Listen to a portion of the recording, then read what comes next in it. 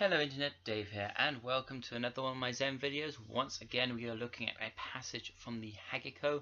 I'm going to read it and break it down and give you what my thoughts are. Please do share in the comments below what your thoughts on this passage could mean and what it means to you.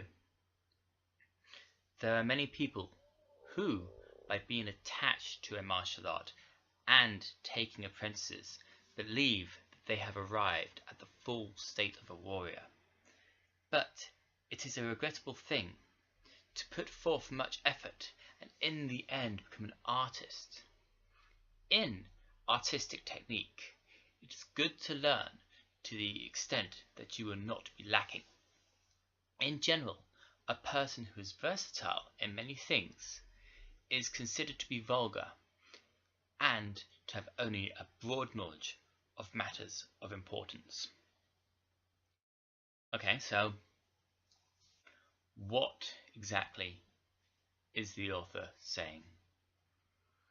I think this first bit is a little bit of a slagging off, but I can see in some respects where he's coming from.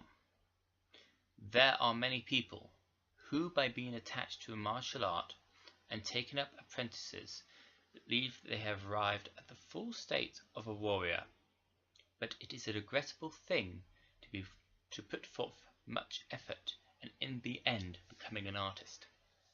What I think he means there is, even though this person may have been a warrior, as soon as they go to teach new students, to take on students, to try and pass on their knowledge to others, that instead of teaching the way of the warrior, they create more of our art form, like being stuck in history. Now, there's nothing wrong with looking at the artistic merits of some of the older styles, some of the traditional styles that exist to this day that are rooted deep, like, for example, some forms of karate which have not changed since they were founded and brought over to the West. It's brilliant. It's an art form. Lovely. Does it have any effect in a modern day combat situation? Not all the time, no.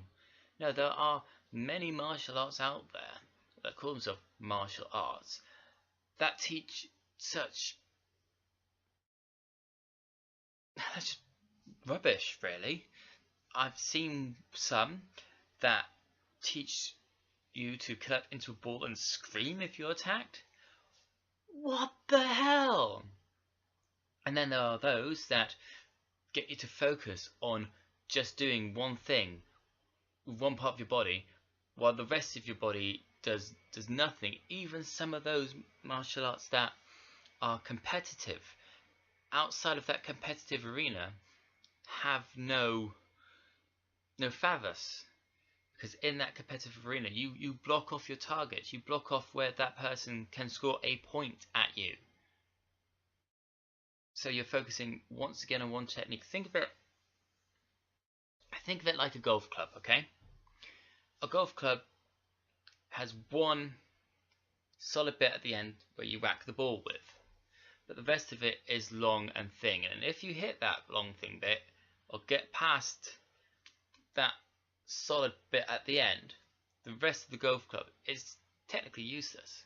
You know, oh, we had a golf club, it's coming at me. Just either step outside of the golf club's range or get inside of it. Win-win. And once you're inside that range, that person doesn't know what to do. Therefore, that person is not a warrior, but an artist. That's what I believe. But then in the next line, the author of the Book of the Samurai contradicts himself in saying that in artistic technique, it is good to learn to the extent that you will not be lacking. So he's now saying that artistic stuff is good. I believe that this is from the way of delivering technique, as in practicing to improve your punches, to improve your kicks, so they're more accurate, more faster, can deliver more power. That when you're in a stance that's solid, that you're not going to fall over when you do a punch or a kick or a block. When you do an empire, you an elbow, you know how to deliver it properly by twisting the certain parts of your body, how it delivers on the side of the face or to the body, how your hands do the blocks, where they load from, where your hands go, what stances are you in, to deliver that power through those techniques, to be accurate with each technique, and to protect yourself from injury while doing those techniques. That is my understanding of it. Then he goes to say that, in general, a person who is versatile in many things is to be considered vulgar and to have only a broad knowledge of matters of importance.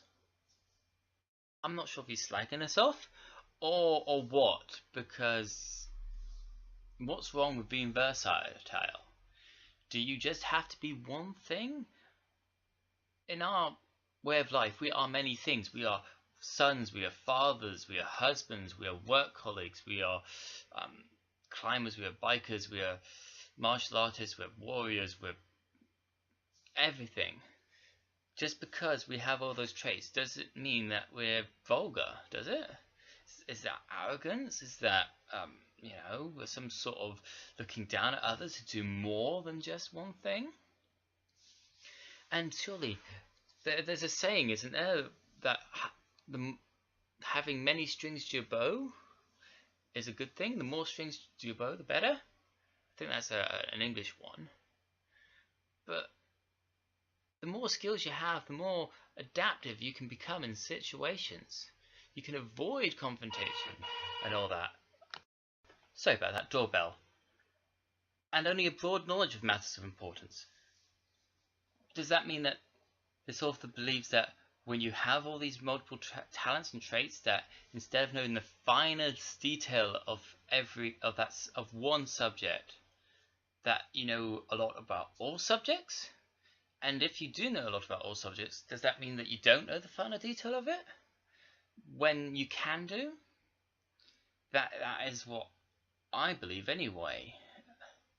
It's one of those which I'm still coming to terms with and thinking about in my mind.